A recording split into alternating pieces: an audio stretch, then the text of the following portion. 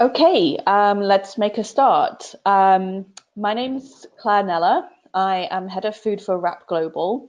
I'm very pleased to be chairing this webinar today, and I have an absolutely stellar lineup of presenters to talk to you about voluntary agreements to address food waste this afternoon, this morning, this evening, wherever you are. To let you know if you miss anything or you have colleagues or friends who could not make this webinar, this is going to be recorded. So you will be able to access the recording post the broadcast today on the community of experts. And yeah, let's dive straight in. So this webinar is part of the Refresh project. So for those of you who are not aware of what the Refresh project entails, it's an EU-funded research project, which is all about taking action against food waste. And one of the key tenets of that project is all around collaboration in tackling food waste. So the project is focused on a number of different themes, but all of those themes have the key element of collaboration. One of the ways that Refresh is trying to promote and encourage more collaboration is through the community of experts. So the community of experts, or the COE, so you can hopefully see it on your slides there, is a virtual platform, and it's really all about enabling knowledge sharing, best practice sharing, conversation, engagement, so across geographical boundaries, across sector boundaries. It's a really, really fantastic tool for the food waste community, for those who are already in it and for those who may be new to that community as well. So the community of experts, as I said, is a virtual platform. There is a lot of knowledge and good practice that is already on that community of experts. So it's freely available and freely accessible. So I highly recommend you go and check it out. And it's also, as I said, a mechanism for encouraging conversations. And we'll see a little bit of that as we go through. This is just an example of what you'll see when you log in to the community of experts. As you can see, there are tons and tons of resources already available on there. Information on the voluntary agreement that's running in the UK, the UN Environment Think Eat Save guidance, the Champions 12.3 business case. So lots and lots of evidence around the business case for food waste prevention and lots of tools and guidance that are all available for you. It's very, very simple to sign in and sign up. Just search community of experts, refresh community of experts. It's a very simple sign up process. You can also, as you can see on the screen there, get a sense of your contributions over time. And then, yes, I highly recommend joining that. Not right now, because obviously we're in the middle of the webinar, but as soon as you get off this webinar, go and join the community of experts. Just to say also, before we dive into the presentations, that this is the second in a series of 4 webinars that the Refresh project is delivering. And they're on the different themes of the Refresh project. Today we're focusing specifically on voluntary agreements, but you'll see on the screen there, we had one yesterday about adding value for food waste through valorization. On the 29th of April, it's all about consumer food waste. And then on the 2nd of May, measuring and managing retail food waste. So please do go and check out those other webinars. If you can't attend them, please go and have a look at the recordings. They are on the Refresh community of experts, and you can see the link to that at the bottom of your screen there. So, as I said, 4 wonderful presenters today. I'm going to introduce them all to you now at the start of the project, and then we're going to have their presentations one after the other. So first you're going to hear from David Rogers. David is my friend and colleague from RAP. He is head of international resource management. David's led projects in over 20 countries around the world, and he's worked extensively on the Refresh project. He particularly focuses on developing voluntary agreements, previously for food and now very specifically for plastics as well. Following David, we're going to hear from Simone Piras, who is an agricultural and rural economist at the James Hutton Institute here in the UK. Simone has worked on Refresh and Fusions, another European project, and he's focusing on simulation models to study consumer and retail food waste. After that, we're going to hear from Nora Brüggemann from CSCP. So Nora co-manages the Refresh project, which is no mean task, I assure you. And she has an absolute wealth of experience of multi-stakeholder dialogues and action, which is, as I said, one of the core themes of Refresh. Nora specifically focuses on sustainable consumption, sustainable lifestyles, and economics. And then our final presenter is Dr. Raquel Diaz-Ruiz. She has a PhD in sustainability from Catalunya University. Her research focused on understanding food waste behaviours along the supply chain. And Raquel now works on the quantitative and qualitative methods to understand food system dynamics.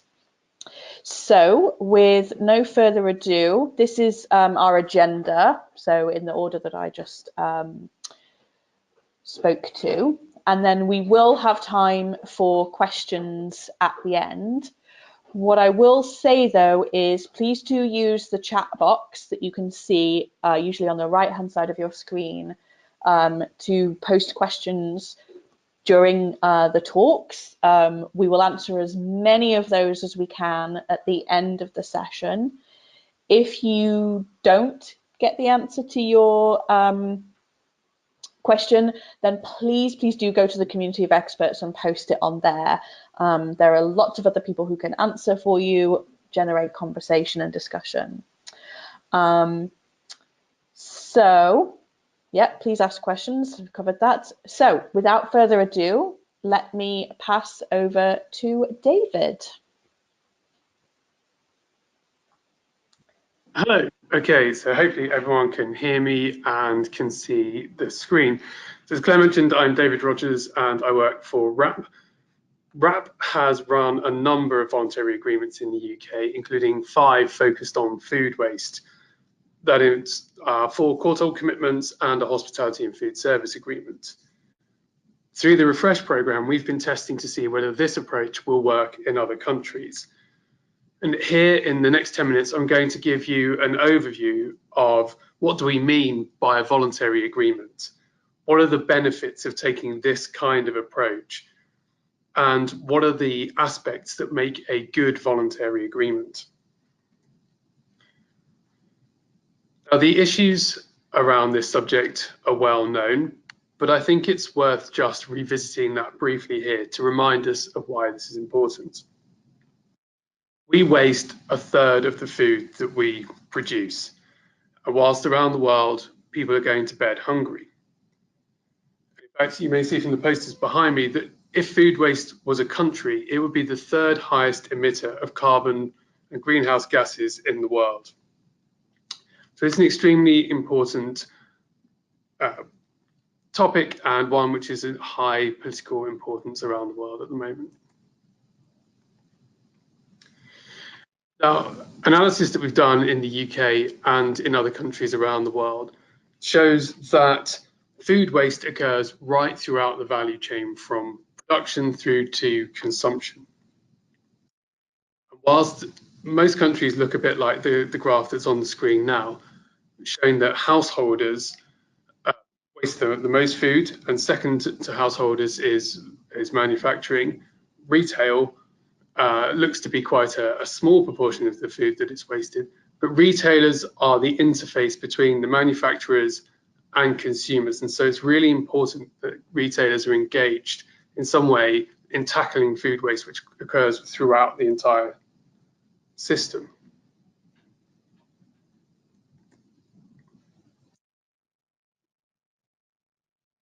The global goals released by the United Nations include 12 UN Sustainable Development Goal 12.3, which is seeking to reduce the amount of food waste in the retail and consumer end of the market by 50%.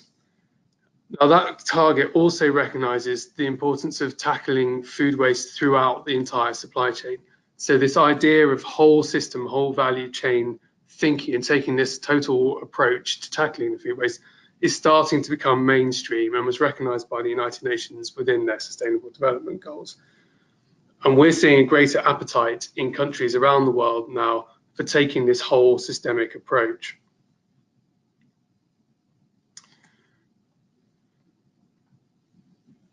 So this kind of approach, it requires the whole system to come together and to collaborate in tackling issues which are common across the whole system. The issues that create food waste are bigger than can be tackled by one single business operating on its own, or even by multiple businesses taking individual actions. What is really needed is for businesses to come together with other actors, NGOs, government, and consumers to take a collaborative approach to tackling this. In the definition of collaborating, to work with others to follow an intellectual endeavour, or to work with an agency or organisation with which you are not immediately connected to achieve a shared aim. I think that sums this up really well. So how do we actually do this? Well, one way of getting a whole system to work together is to put together a collaborative agreement. These are sometimes known as frameworks or roadmaps or voluntary agreements or pacts, but whatever they're called, essentially it's the same thing. So we're using this OECD definition of a collaboratively agreed, self-determined pact to take action on a particular topic, in this case, food waste generated at relevant stages of the food system. Now, specifically here, what we're doing is bringing together organisations which may ordinarily be competitors or suppliers to each other, and therefore don't always necessarily have the space to come together and talk about issues which affect their whole industry. What a good collaborative agreement does is provide that pre-competitive space where peers and competitors and suppliers can come together, safe to know that they're not talking about competition, they're not talking about commercially sensitive information, they are talking about big problems which exist in their industry, which require a joined up approach. A collaborative agreement which is good should have its aims defined by its members. It should be voluntary to join and the targets should be voluntary, but it should have a rigorous monitoring and measuring system in place to show that it is actually having some impact rather than just being a talking shop. Now, there are lots of benefits of collaborative approaches, and of course I would say that, but the OECD did some research into this, which I think illustrates the point really well. The OECD looked at whether a voluntary or collaborative approach would be better than a legislative approach and came up with these key findings. A voluntary approach, it's faster to implement than legislation, and it is quicker, therefore, to adapt to new circumstances. Legislation is locked in a space in time, and it isn't able to flex as things in the market change.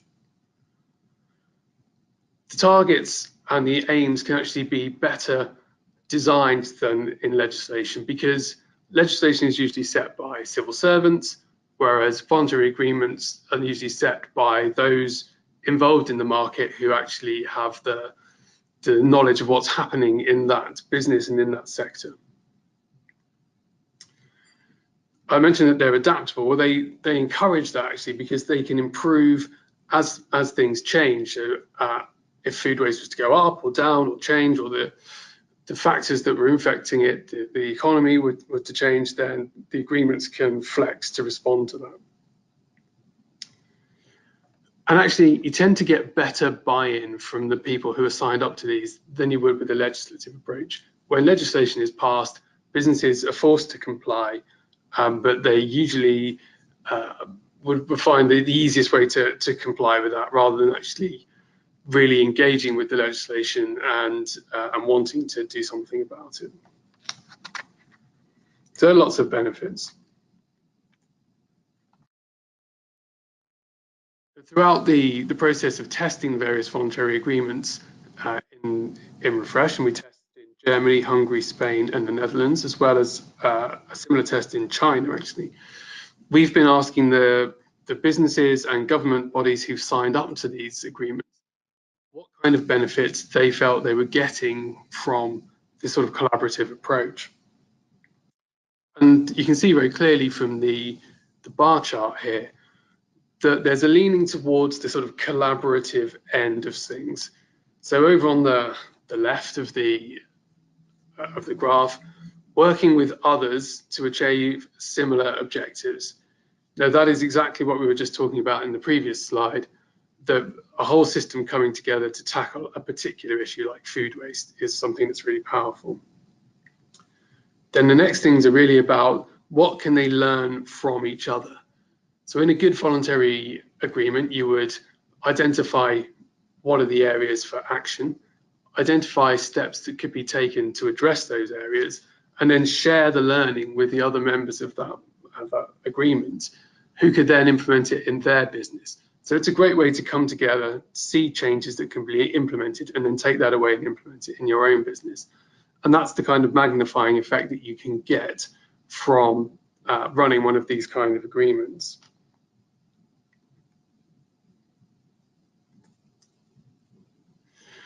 I mentioned that I would talk about what makes a good voluntary agreement. And through the Refresh program, we've tested this in a number of ways. We undertook some research early on looking at a number of sector agreements, collaborations, and voluntary agreements around the world, and analysed which ones were successful and what made them successful. And that included looking at the various voluntary agreements across a number of sectors that we've run here in the UK. And there are really 5 key fundamental things that are important if you want to have a successful agreement. First of all, you need a strong lead organisation to hold everything together. And that strong lead organisation needs to be trusted and independent and able to bring together businesses and government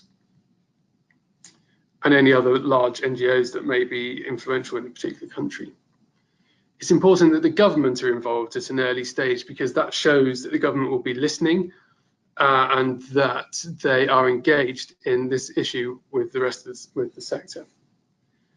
If you want to bring signatories in, which you should, then get them in early so you can talk about what are the objectives and the aims and the actions that we want to take here. Obviously, the availability of funding is really important. The more funding you have, the more technical work you can do, the bigger impact you can have. And of course, really important to have an effective measuring and reporting framework so you know that you're actually making progress, and also to identify areas for maximum impact.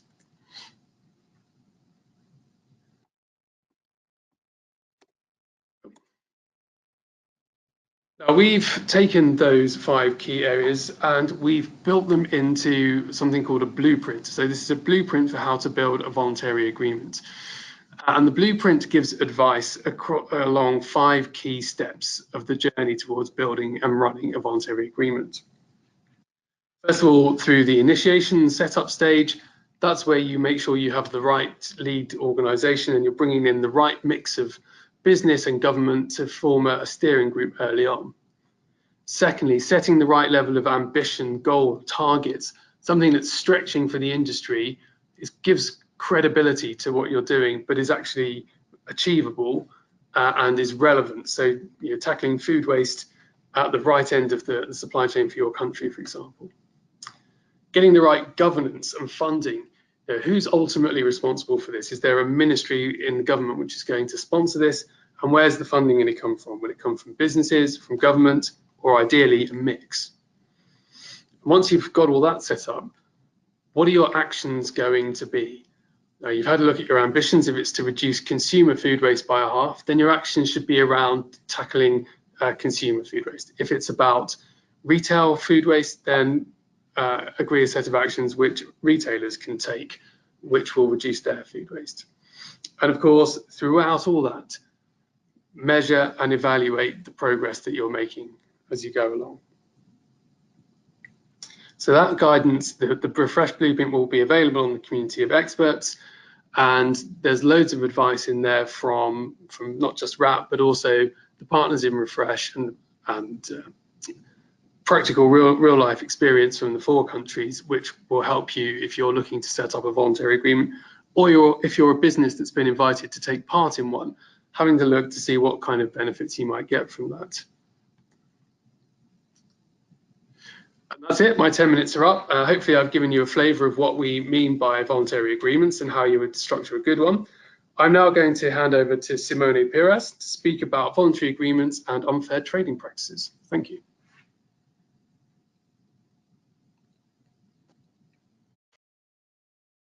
Okay.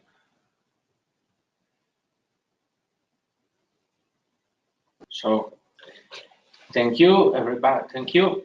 I'm going to speak about voluntary agreements and the food supply chain to show when supply chain relationship can contribute to food waste generation and when the voluntary agreements can make a difference and when not. So first of all, with an overview on the food supply chain. From the primary production to food services and household, so consumption, we have 5 main steps. So we go through processing, wholesale logistics, and retail and markets. The Fusions projects, the EU project, which was running before Refresh, identified the drivers of food waste specific to each level of the food supply chain. It can be related to technology, to business management, to legislation, or social drivers, which are difficult to address by means of legislation. But besides that, there are systemic drivers which require to be addressed by means of supply chain approach. And due to supply-demand imbalances and power imbalances, this can be quite challenging. Specifically, if we look at the EU supply chain, we notice that it's not linear, but is funnel-shaped, with a bottleneck in the middle. We have around 3 million farmers, around 160,000 million household consumers, and but only around 100 buying desks. So there is a bottleneck in the middle of the supply chain, and all the food flows through this bottleneck. This implies the presence of power imbalances, which require coordination and dialogue. This has been becoming particularly serious concern in the last 20 years because of the retail concentration, which has been taking place, especially in Western and Northern Europe. As you can see from the image, Denmark, Sweden, and Finland are in the top, but with the 3 largest retail chains covering around 90% of the market. At the same time, producers have seen the value added which goes to them reducing progressively.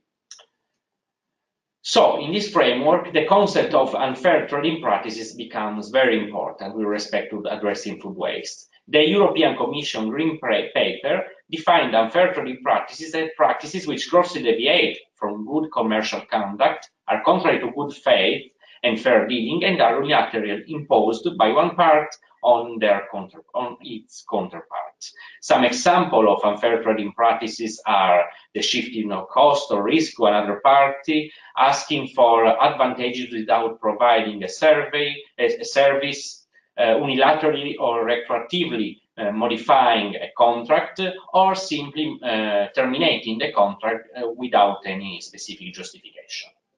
The Refresh project identified that unfair trading practices are related to food waste generation. However, the linkages between unfair trading practices and food waste are difficult to detect by policymakers and the public. Furthermore, there is not so much willingness from the weak parts to come out and denounce these practices because of a fear factor. So often food waste is recorded in in another level of the food supply chain compared to the level when these practices were generated.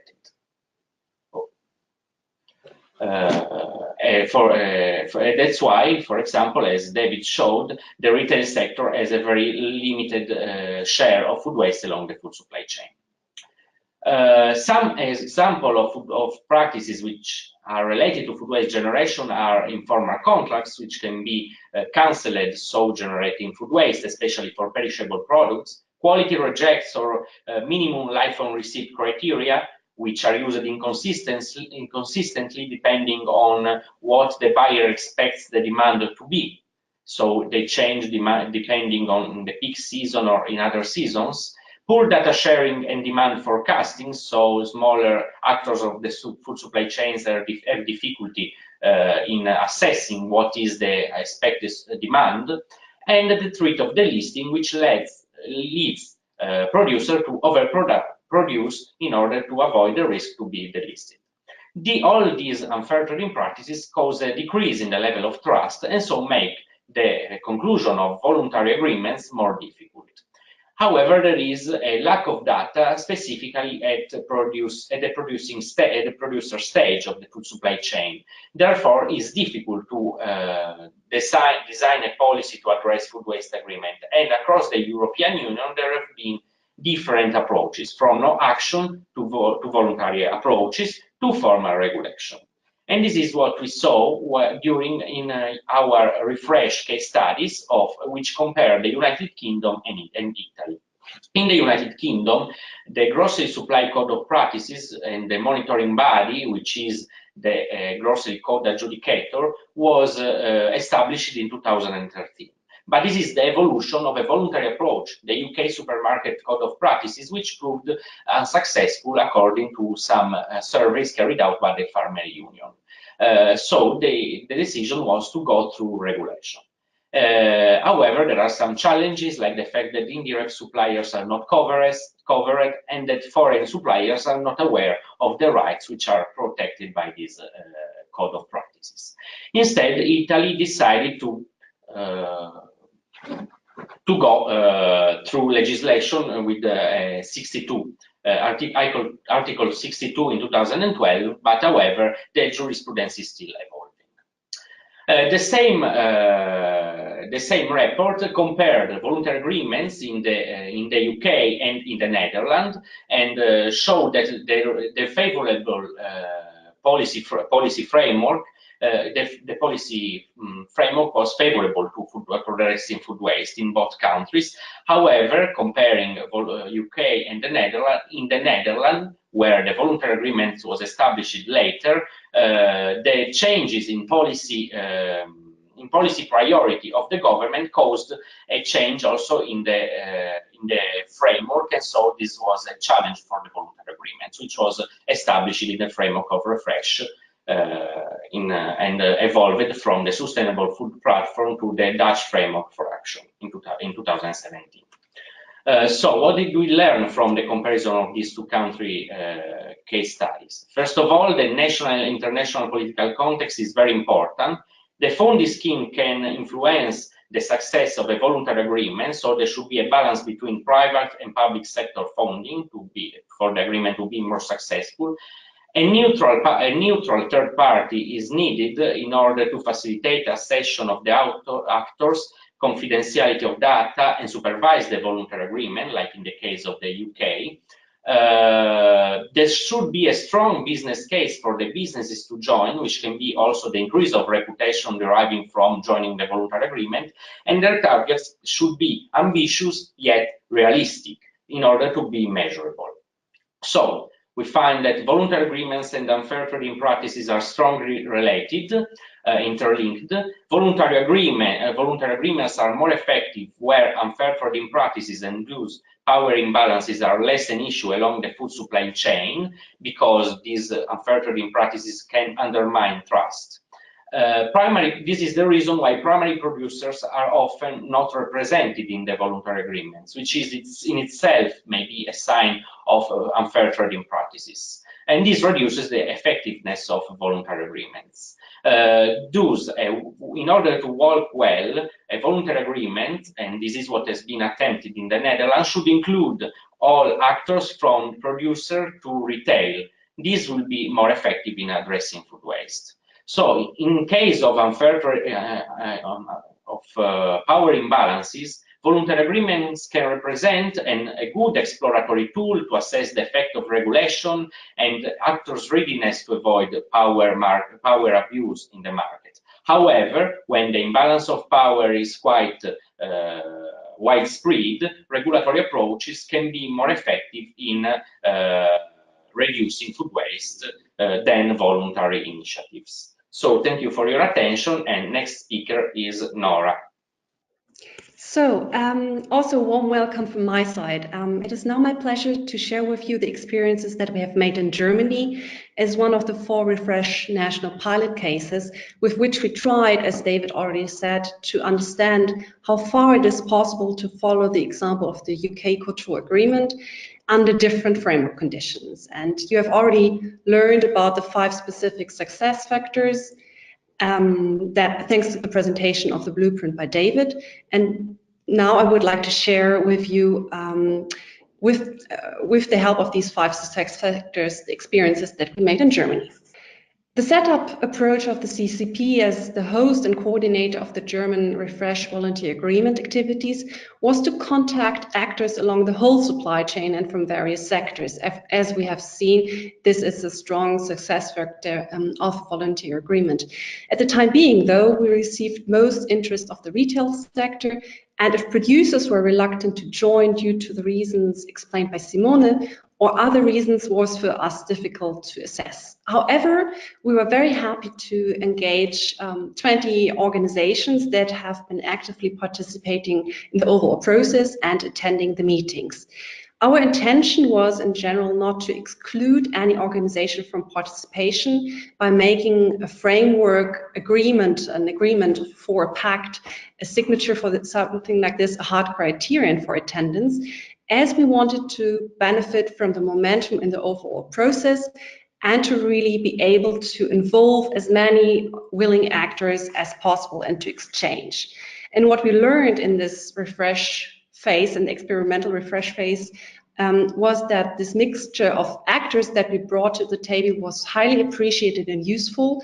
As also mentioned, the federal ministry, for example, was already joining from the very beginning. So this was highly appreciated, and also business actors, such as some retailers, found cooperation partners for specific pilot projects and in our research members. So this was very helpful to share learnings and also to cooperate on a practical level. And we also saw that participation from middle management was very good for this refresh phase, because it enabled people to really be hands-on, to share their lessons learned and experiences.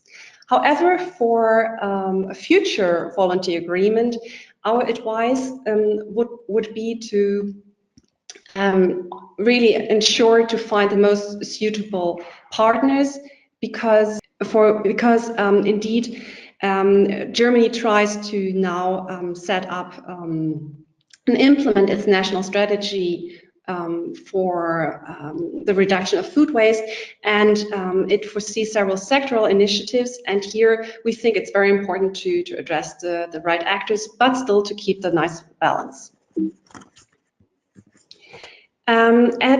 Regarding ambitions, goals and targets, at the start of Refresh, many activities were already undertaken in Germany, as this graphic from the Fusions project also shows, and the issue of food waste was already on the agenda of each stakeholder group.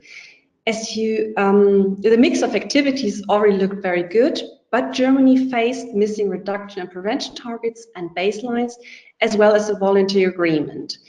And here we started with Refresh. Our main goal was to support the aims of SDG 3 through innovative pilot projects in the context of Refresh, or as individual activities. And we thought it was very important as a kickstart to bring willing actors together and to help organizations to really understand what SDG 12.3 would really mean. We also saw and understood that a signature of a framework agreement requires high-level decisions based on clear costs and benefits, and that the focus of individual processes and achievable, realistic but ambitious goals was very important to motivate participation. However, for a future volunteer agreement, we think it will be key to also get the commitment of the CEOs to make the expectations to participants very clear from the beginning. And also this was expressed from our members that it's not only needed to have a political pressure, but also a clear commitment from the political side to also support as a partner the activities of the companies. Regarding funding under the Refresh project duration, no external funding sources were existed. Participation was open to relevant organizations, but it was for us very important to ensure a workable group size, which meant that we all wanted to ensure that we could still fit in a room, look into each other's faces, and really thereby create an atmosphere of trust with those biannual meetings. And this was really key. And is also important for future activities. In the case of for future VAs, it will be important if the government funds the initial setup to, in the midterm, also rediscuss the funding scheme to ensure power balance, and maybe to also consider how members could maybe also contribute financially. Regarding the establishing of actions, my institution decided to define the priorities for actions within Refresh based on research and in consultation with the members. And we agreed on a couple of priorities in 2016 that you can see above on the slide. And indeed, the actions with Refresh involvement indeed tackled those identified priorities, which were training of more than 800 apprentices, a tolerance extension, a consumer campaign on best before date, as well as the exploration of packaging solutions. We also collected own activities from our members, and we saw that they were all very active, and particularly also during the Refresh phase. And we also matched this with the priorities and saw that really also those were tackled with those own activities. Although we saw that impact assessment was really the most difficult to conduct, on the one hand side because of the methodologies to choose, but then also because of costs.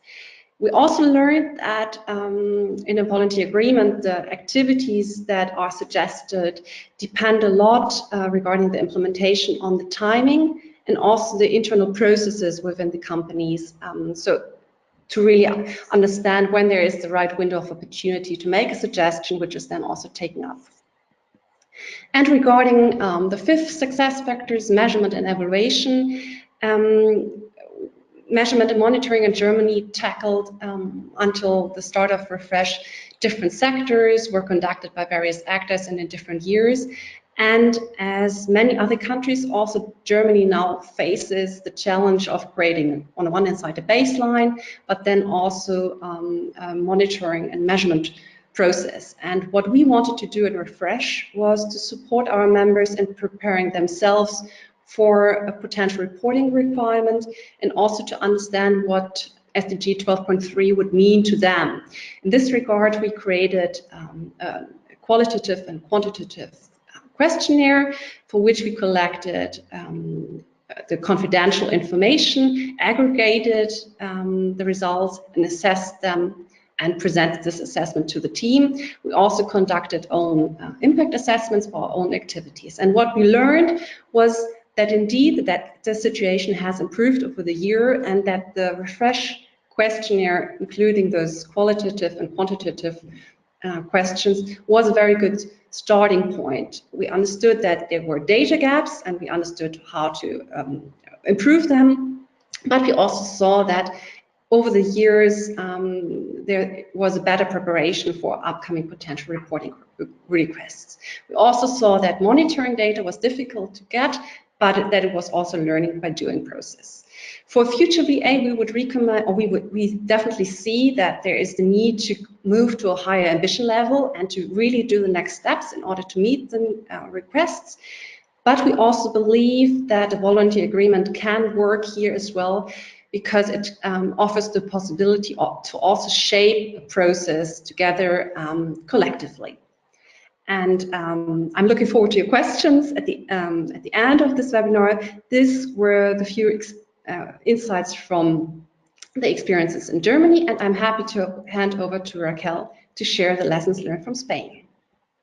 Thanks to my colleagues for their presentation. So now I will explain the experience of the Spanish platform, following the same structure as the blueprint as Nora has said. So let me share my screen with you. So as Simone has explained, the national context is very important. So we think that having these 4 national platforms within Refresh and the characteristics and dynamics of all of them has helped us and to our stakeholders to understand that their actions on food waste are also relevant, as most of the time the information available of these kinds of initiatives tend to be from the north of Europe. So in general, it has been a very positive process that I hope we can maintain and replicate in the near future. But we started in 2016. So what was the situation in Spain back then? So there were some initiatives in Spain. They were mostly from the civil society and they were small. And there were also some public and private initiatives, but maybe they were not so well known and active. You have to consider that the impact of the economic crisis on society make aware of people of the importance of food waste. At the beginning, more related to the distribution of food security, but nowadays it's spread at multiple levels. So, but coming back to the beginning, the main objective of creating this voluntary agreement was to gather stakeholders from different parts of the supply chain to try to define a common goal and to share experiences on food waste. But first of all, who are we? We were the coordinators and the leaders of the platform, and CREDA is a research center on agri-food economics based in Barcelona. It is important to know our background and our location together with the Spanish context to better understand our level of leadership compared to other platforms in Refresh.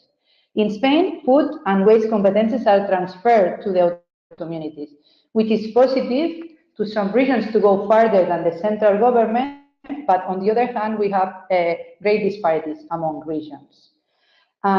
So considering this, our criteria to recruit the platform members was to ensure the representative of stakeholders along the food supply chain. However, to keep it in a workable size, as Nora says, looking into our faces, we try to invite associations representing different consumers, retailers, or food industry representatives. So we try to engage associations rather than single retailers or industries. In our case, we didn't have explicit support from the central ministry, and in our case was the tempos of the platform and the food movement in Spain and the political situation. But they have been informed critically of our work done. So in March 2016, we organized our first meeting and we invited 12 different organizations. The objective of the first meeting was to explain the importance of the voluntary agreements and to try to start defining, the ambition, the goals, and the targets of the Spanish platform. To do so, we also organized a workshop session within the first meeting to identify the hotspots in Spain. So this is the we end up. Since then, we have had an annual meeting, and this May we will have our 5th meeting. We finally obtained 17 signatories from along the food supply chain, and also specific stakeholders working on food waste and redistribution of food. The general objective agreed after these 2 first meetings and different bilaterals was to contribute to sustainable development goals, as in the case of the other platforms. But in our case, we wanted to specify 3 main issues. understanding the current food waste levels, to raise awareness among different parts of society, and try to promote innovative actions. The hotspots that were identified in this first workshop were at the consumer, the catering sector, and the primary production, and our stakeholders were more interested in the edible part of food waste and regarding the lack of data of food waste. So how was it organized? Keda was the coordinator and we were organizing all the meetings. We didn't receive any external funding apart from Refresh in this case. In this case, I think, as Simone and Nora mentioned, this was a weak point for us because at the beginning, when trying to encourage stakeholders to do different actions within the platform umbrella, it was tricky. So I encourage people who are starting the voluntary agreement to try to consider this funding and also keep the platform small, but in all our meetings we invited people from outside the platform who were doing interesting projects on food waste in Spain. So apart of having this platform, it's of greater importance also having business case studies applied to demonstrate the importance of collaboration. Our members are really active doing anti-food waste initiatives. So only in 2017 they ran 44 initiatives, and we also coordinated and carried out 3 pilot projects within Refresh that cover these hotspots identified in the first meeting. One was focused on the catering sector, another one was estimating food waste along the food supply chain. The third one was focused on the consumer's perception on different valorization options. Regarding measurements and evaluation, it was also difficult to obtain the data we expected at the beginning because of different situations. But in Spain, there are different quantifications of food waste, but they are not coordinated and the data cannot be aggregated. Nowadays, there is a good consumer panel which provides food waste data coming from the ministry, but the other stages are still lacking. We tried within our pilot projects to help to quantify and to establish some methodological procedures. But the results are not tangible still, but I think it's more in a long run approach. And just to finalize some key learnings we've learned during this process. So we think that the intervention of the administration is very important to avoid short-term perspectives in this kind of collaboration. In Spain, the administration are interested in the issue and the interest is growing and growing. In the case of Spain, there's no such of this kind of voluntary agreements and collaboration. So before quantifications and data collection commitment, it is important to build trust among the members of the platform. So I think being too quick might be risky. So in our case, given that the companies are not so used to it, we tried more to build this confidence among all the members. And our future, contrary to maybe other platforms in Refresh, is more uncertain, but there's a higher interest among the members to keep working together. So thank you very much. I hope you have a glance of the Spanish platform, and I give the floor to Claire.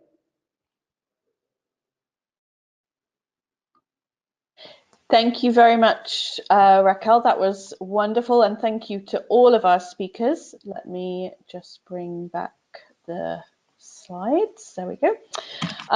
Could I ask all of our panelists? Yes, great. You're all putting your webcams back on. That's perfect. We have time for a few questions. We have 8 minutes remaining before we wrap up. I have some questions here. If anyone else who is listening to the webinar has questions, please use the chat box, and then I or one of the organizers can make sure the question goes to the panelists. I'm going to start with hopefully a simple one, and Nora, I think you will be best placed to answer this. So Kai has asked, is the Refresh questionnaire that you use to measure data publicly available? So far not, but we do not have a problem to share it. To just let you know what we used, this was not coming out of the blue, but we looked into the food loss and waste protocol and used elements from there. And we also used a questionnaire that was prepared by another German project, which had more qualitative questions, and we combined the two. So if you send me a mail, I'm happy to share this with you. Lovely, thank you, Nora. Kai, if it's Kai Robertson, if you don't have Nora's email address, please email me, or go on to the community of experts. Okay, so the second question, and I think this is relevant for all of you panelists, so maybe somebody can volunteer to go first. So the question is, how were the voluntary agreements tested? Was there a review of existing agreements, maybe for other things than food? Were there surveys, or were there assessments of existing food waste agreements? And that is from Felicitas. So I hope I've made your question correctly. Happy to answer that one, because we obviously led the work package too. Yeah, first of all, we undertook a review. Off the top of my head, I think it was 120 different collaborative agreements around the world. They ranged from things like sort of local grocery stores agreeing to undertake some kind of small change, through to big national programs and things like Consumer Goods Forum target, sort of membership targets, things. So there were all sorts of different things in there. And we got that down through various criteria to the most relevant kind of agreements that would fit what we were looking to do in Refresh. And I think there was something like 14 where we interviewed both the organization and the members of those agreements to see what they found worked and didn't work, and what the members valued. And we distilled all that into a report, which is available on the Refresh, so eurefresh.org website. And that is the success factors for voluntary agreements. And we then turned that into sort of 5 key stages, which are in the blueprint. And we produced a sort of framework or template for the countries in the Refresh pilots to use as the core elements for their agreements, and then allowed the sort of flexibility and adaptability to suit each country's particular circumstances, which Nora and Raquel so eloquently described in those 2 countries. So yeah, it's wide ranging, but it was focused down at every stage, and then we analysed the performance of the 4 voluntary agreements in Europe. We did an analysis 2 years ago, and we've just finished a sort of end of project analysis to see what kind of feedback we got from the participants and see if anything has changed. And I just saw the initial findings, the rough findings this week, and the chart that I showed earlier with the valuing spending time together and working on projects together to tackle big systemic issues. That's still the #1 benefit that organisations found.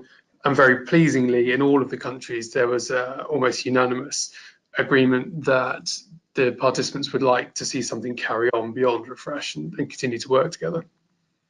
Thanks, David. I'm going to stop that there. I'm sure that all of you could come in on that question as well. And Raquel, I know that you mentioned that there were other initiatives that were taking place that you brought together through the voluntary agreement. A second question is around the different elements of the supply chain. So is the recommendation for voluntary agreements, for there to be voluntary agreements for different parts of the food supply chain, or one for the whole supply chain? I can just a quick answer. So according to my opinion, I would have a meeting point for all the stakeholders, because at the end, as Simone has said, there's some systemic issues that need to be addressed in a collaboration. But if the size of the platform is too big, maybe we should do more parallel groups. But it depends on the funds you have, and also the time and the investment. So this is because of this, it's very important, all the funds. Thanks, Raquel. Nora, do you want to just say 30 seconds on that? Because I know in Germany the approach is for different bits of Yes. the policy. Yeah, thank you, Claire. The National Strategy Against Food Waste was published in February this year, and it foresees indeed a sectoral approach, so that different dialogue forums for different sectors, and an overarching umbrella to really ensure that still the linkages, interlinkages between the sectors are dealt with. I think that could work because it would enable sectors to work on specific problems and to agree together. But what is really key in the establishment and implementation of this will be that those interlinkages are really dealt with, as also Simone has said, so that really the whole value chain cooperates. And so I think also for Germany, this will be a challenge to really take seriously. Thank you, Nora. That's great. We do have some more questions, but I'm so sorry. We literally have 30 seconds remaining of this webinar. Please, if you did not get your question answered, put it onto the community of experts. All of our experts will be on there. You can also reach out to other experts on there as well. The final thing also to say is that the publications that David mentioned and that others have mentioned in their presentations are linked on the slides, which will be available on, you have guessed it, the community of experts. So please go go and register there. So I'm just flicking through, you can see there that there are some publications available. That is all we have time for. Thank you for your participation and questions, and thank you to our panelists. You're welcome. For listening. Thank you.